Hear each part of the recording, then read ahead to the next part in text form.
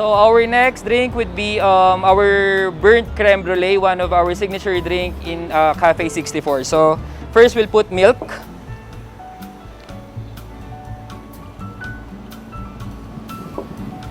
Okay, then we'll add ice.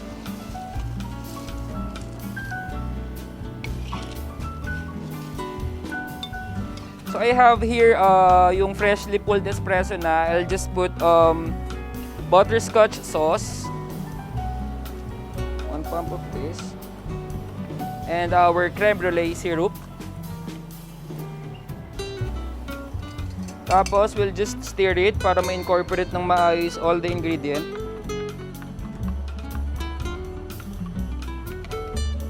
And I will just top it dun sa milk base natin. Okay. Then after,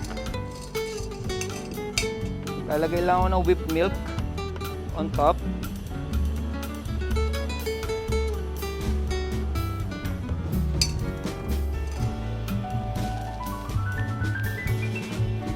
Tapos, brown sugar sprinkle. Okay. Tapos, ito-torch natin siya to achieve yung creme brulee.